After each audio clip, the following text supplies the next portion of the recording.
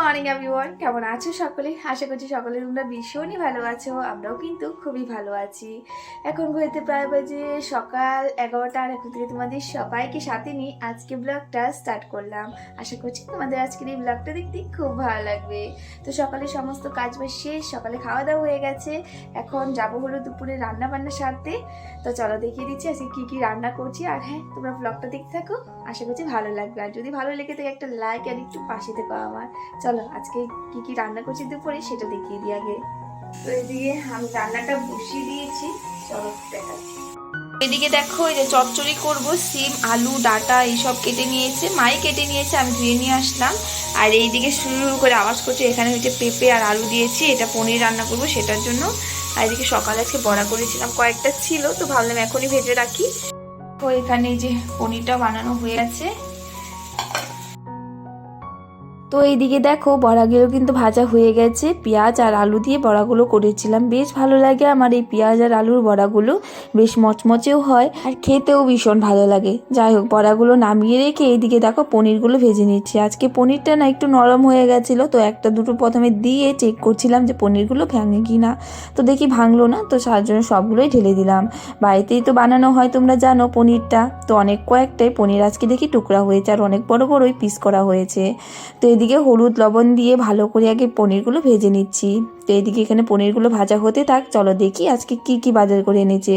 আর এই দেখো, আমি তো মূলাগুলোই দেখছিলাম, বেশ সুন্দর দেখতে মূলাগুলো। তো মূলা না বাবা, বাড়িতে মা সবাই খুব ভালোবাসে, কিন্তু আমি একদমই কাঁচা মূলা খেতে ভালোবাসি না। তো মাই আর কি ভীষণ ভালোবাসে। তো এইদিকে মূলাগুলো নামিয়ে রেখে দেখি আলুও এনেছে, নতুন আলু বেরিয়েছে না, তো সেই আলুগুলোই। আর এদিকে ফুলকপি বাঁধাকপি সবই এনেছিল। তো সমস্ত কিছু সবজি দেখে রাখলাম আর কি, এখনও বের করিনি, তো পরে গিয়ে ফ্রিজে রাখতে হবে। আর এইদিকে আমি দেখো যে চচ্চড়িটাও বসিয়ে দিলাম, পনিরটাও নামানো হয়ে গেছে। যেই দিন সমস্ত সবজি অল্প অল্প করে থাকে সেই দিন ভাবতে থাকি কি বানাবো, তো সেই দিনই মা বলে চচ্চড়ি করো। তো সব সবজি একটু একটু করে দিয়ে সর্ষে বাটা দিয়ে চচ্চড়িটা করি। তো এইদিকে দেখো চচ্চড়িটা কিন্তু হয়ে গেছে। তুমি তো জানোই আমি কিভাবে এই চচ্চড়িটা করি। কি এটা বলো তো? মূলা দেখে দেখো কি বলছে মা, এটা আবার কি? কি এটা? হ্যাঁ, কি ঝিঙা লাউ? ধ্যাৎ পাগলি, এটা মূলা। ধ্যাৎ। আর কালকে রাত্রে মাম্মাম না খুব দুষ্টুমি করেছে, ঘুমাচ্ছিল না, অনেক রাত পর্যন্ত দোলনায় ছিল, মানে আধা রাত পর্যন্ত দোলনায় থেকে তারপর ঘরে এসে শুয়েছে। না, কি হয়েছিল কালকে তোমার? দোলনায় কি? ধ্যাৎ। দোলনায় কি করেছে? ধ্যান করেছে আবার কি? ধ্যাৎ, পিচ্চি দুষ্টু না। রেখে দাও, এখন ও খেলা করছে। এই না না না না না। তো ওইদিকে তো দেখলে মামাম কি করছে, ও আমার সাথে আসলে এই সব দুষ্টামি করতে থাকে। তো ওকে এই যে খেলনা দিয়ে রেখে আসলাম ঘরে। আর এইদিকে এই যে আমি চচ্চড়িটা নামিয়ে নিচ্ছি। দেখো আজকে সকাল সকালই কাজ বাজ হয়ে গেছিল, কিন্তু রান্না বান্না করতে একটু দেরি হয়ে গেছে, মানে রান্নাঘরে আসতে একটু দেরি হয়ে গেছে। কারণ রোদ্রুতে বসেছিলাম, আর এই ঠান্ডা দিনে রোদ্রু ছেড়ে আর একদমই কিন্তু উঠতে ইচ্ছে করে না, যেই রোদ্রু চলে গেছে তারপরে উঠেছি, সেই কারণে আর কি রান্নাঘরে আসতে একটু দেরি হয়ে গেছে। আর আজকে জানি কাজ বাজ করতেও একটু দেরি হবে। তো যাই হোক, ওইদিকে আমি পনির রসাটা বসিয়ে দিয়েছিলাম, হয়ে যাওয়ার পর মাছের তরকারিটাও দেখো বসিয়ে দিয়েছি। টেনশনের মধ্যে পড়ে গেছিলাম এর মধ্যে। তো রান্না বসিয়েছি, 12টা বাজে, তখনই আবার মনে পড়লো মামার স্কুলের ড্রেস দেওয়ার কথা ছিল আজকে। তো তারপর একটা কাকিমণিকে ফোন করলাম, ফোন করে বললো যে না আজকে দেওয়ার কথা ছিল, কিন্তু পরে গিয়েছিল কাকিমণি, কিন্তু ঘুরে এসেছে।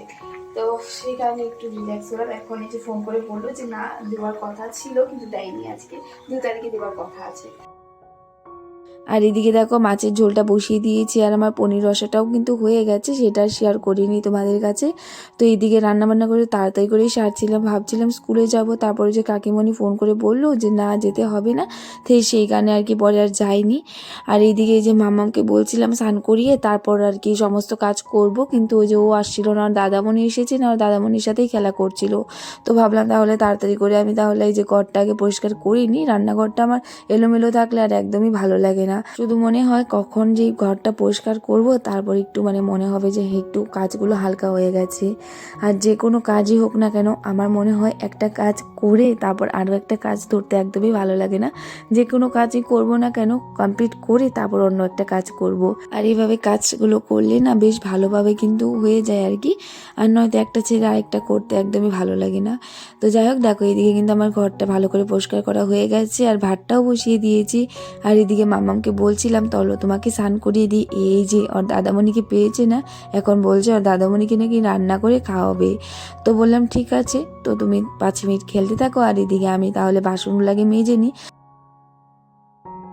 আজকে না সকাল থেকেই রৌদ্র তেমন একটা পাওয়ার নেই, ঠান্ডা ঠান্ডা হাওয়াও আসছে। আর এদিকে দুপুরবেলা তো জানো এই সাইডটাতে বেশ ভালো রৌদ্র আসে, তো যখন বাসন মাজি আর কি তখন বেশ ভালোই লাগে এই রৌদ্রতে বসে বসে বাসনগুলো মাজতে। আর আজকে তেমন একটা বাসন বের হয়নি, কয়েকটাই বাসন বেরিয়েছিল। আর দুপুরে যখন রান্না বান্না হয় তখন আর কি তেমন একটা বাসন বের হয় না, অল্প কয়েকটাই বের হয়। তো এদিকে তাড়াতাড়ি করে সমস্ত কিছুই কাজবাজ করলাম। তো এদিকে মামাকে আবার স্নান করাতে হবে, তো বাসনগুলো মেজে আমি ওকে টেনে টুনে নিয়ে এসে ওকে স্নান করিয়ে দিয়েছি, কারণ ও একদমই চাইছিল না আজকে স্নান করতে। কিন্তু ওই যে মা বলছিল যে গরম জল করেছি, অল্প একটু জল দিয়ে স্নান করিয়েই দাও। তো এদিকে আমি তাড়াতাড়ি করে ওকে আগে স্নান করিয়ে দিয়েছি, কারণ একটু দেরিও হয়ে গেছিলো। আর এখন তো একটু তাড়াতাড়ি করেই স্নানটা করিয়ে দেওয়ার চেষ্টা করি, কিন্তু ওই যে ও খেলা করতে থাকে না, দুষ্টামি করে, আসতে চায় না, এই করে করে একটু দেরি হয়ে যায়। তো যাই হোক, এইদিকে দুটো আজকে কাপড় বেরিয়েছিল, তেমন একটা বেশি বের হয়নি। আর যাই হোক, রান্নাঘরের কাজও হয়ে গেছে আর এদিকে আমার কলপাটের কাজও হয়ে গেছে। জলদি করে বাসনগুলো নিয়ে চলে আসলাম ঘরে। এইদিকে এখন সমস্ত বাসনই গুছিয়ে রাখতে হবে। তো গুছিয়ে টুচিয়ে তারপর আবার মামাকে ওইদিকে মাকে বলেছি খাওয়াতে। তো ওইদিকে আবার ও কান্নাকাটি শুরু করেছে, মার হাতে নাকি খাবে না, ওই যে মা একটু বকে দিয়েছে, এখন বলছে তুমি আমাকে কেন বকছো। এই তো এখন আমি এসে ওকে খাইয়ে দিয়েছি। তো চলো আজকে ব্লগটাও এখানে এন্ড করলাম। আজকে জন্য টাটা, রাধে রাধে, বাই।